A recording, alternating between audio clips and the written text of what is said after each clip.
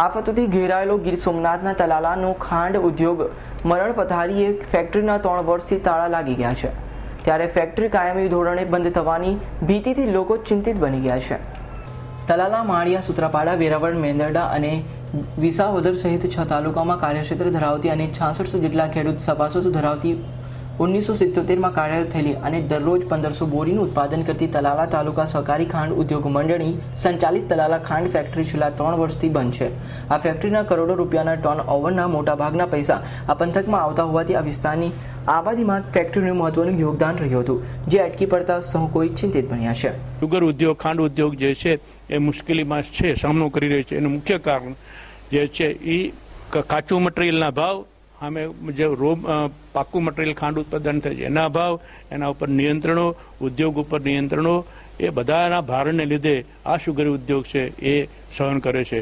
હજી પણ આ ફેક્ટરી ઊભી કરવી હોય ને જો ગુજરાત, ખાસ કરીને ગુજરાત સરકાર ઈચ્છે તો આ સરકારને જો સંસ્થાને પૂરી સહાય આપે તો આજે પણ આ ઉદ્યોગ ફરીથી ધમધમતો થાય છે, એમાં કોઈ શંકાને સ્થાન નથી। અને એને લીધે 50 થી 60 કરોડ ટર્નઓવર, 6,500 ખેડૂતોની જીવાદોરી, એની પાછળ 6,000 શેરડી કટાઈ મજૂરો અને બીજા મજૂરો, 6,500 ખેડૂતોના કુટુંબના સભ્યો, એ તમામને રોજીરોટી મળે એમ છે। અને આ રોજીરોટી જો ન મળે તો આ ઉદ્યોગ એક દિવસે સહકારી પાયા ઉપરનું કોઈ નોન પોલ્યુટ છે। જોકે ફેક્ટરી બંધ થવા પાછળના મુખ્ય પરિબળોમાં શેરડીના પોષણ સંભાવના મળતાના કારણે વાવેતર ઓછું થયું, જેના પરિણામે ફેક્ટરીમાં શેરડીની આવક ઓછી થઈ, તેમજ ગોળના રાબડાવાળાઓની ફેક્ટરી સાથેની સીધી હરીફાઈ અને સરકારની ઉદાસીન નીતિના કારણે આજે આ ઉદ્યોગ મૃતપ્રાય સ્થિતિમાં ફેરવવાનું ઉદ્યોગ સંચાલકોનું માનવું છે।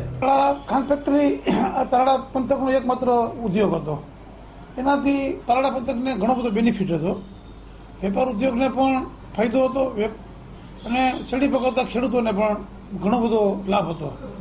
છેલ્લા 3 વર્ષ ત્યાં અપૂરતા વરસાદ અને રો મટીરિયલ્સ ન મળવાના અભાવે તેમજ થોડી ખાંડના બગડતી બજાર ભાવને કારણે સુગર ફેક્ટરી એમ કે ભાઈ 3 વર્ષ ત્યાં બંધ છે।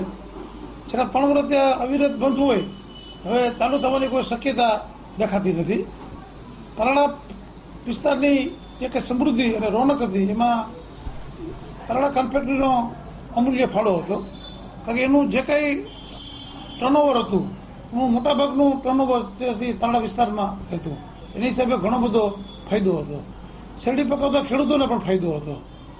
તલાળા વિસ્તારમાં આ એકમાત્ર ઉદ્યોગ છે, એ છેલ્લા 3 વર્ષથી બંધ છે। છેલ્લા 5 વર્ષથી કેરીનું ઉત્પાદન પર દિવસે દિવસે ઘટતું જાય છે અને છેલ્લા 2 વર્ષ થયા વન ખાતાની કનડગતને કારણે પ્રવાસન ઉદ્યોગ પણ માઠી અસર થઈ છે, જેને કારણે તલાળા વિસ્તારમાં એકી સાથે 3 ફટકા પડશે। એક, તલાળા સુગર ફેક્ટરી કાયમી ધોરણે બંધ થશે, કેસર કેરીનું ઉત્પાદન ધીમે ધીમે ઓછું થતું જાય છે, એના હિસાબે પણ નુકસાની છે। આ ઉપરાંત પ્રવાસન ઉદ્યોગને પણ વન વિભાગની હિસાબે પારાવાર નુકસાન હોય। અહીંયા દર વર્ષે સાસણ વિસ્તારમાં 5 લાખથી પણ વધુ ટુરિસ્ટો આ વિસ્તારમાં આવતા, આ ઉદ્યોગને પણ માઠી અસર પડતા તેનું પણ થશે। પરિણામે આ ત્રણેય વિસ્તારની છે તલાળા વિસ્તારને બધા પછાતપણુંનો સામનો કરવો પડે આવી ભીતિ પણ વ્યક્ત થઈ રહી છે। છેલ્લે તલાળા સુગર ફેક્ટરી પ્રાઇવેટ ધોરણે ચલાવવાની પણ વાત ચાલે છે, ગમે તે ભોગે પ્રાઇવેટ ધોરણે અથવા સરકારે કોઈ પણ આમાં મદદ કરીને પણ આ ઉદ્યોગને જીવતો રહીએ તો તલાળા વિસ્તારની જે રોનક છે, આબાદી છે, એ જળવાઈ રહેશે।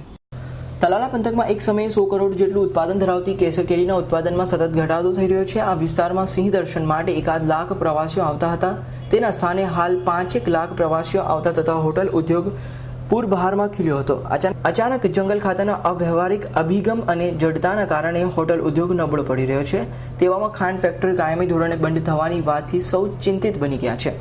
તલાલા પંથકની સમૃદ્ધિને ટકાવી રાખવા આ પંથકના મહત્વ 3 ઉદ્યોગોની સ્થિતિ આજે કફોડી બની છે, ત્યારે સરકાર આ બાબતે ગંભીરતા દાખવી યોગ્ય સહાય કરે, નહીંતર આ વિસ્તાર પછાતપણામાં ફેરવાઈ જશે તેવી લાગણી લોકોમાં જોવા મળી રહી છે। રાકેશ પરોડવાનો report, S9 news, Gir Somnath.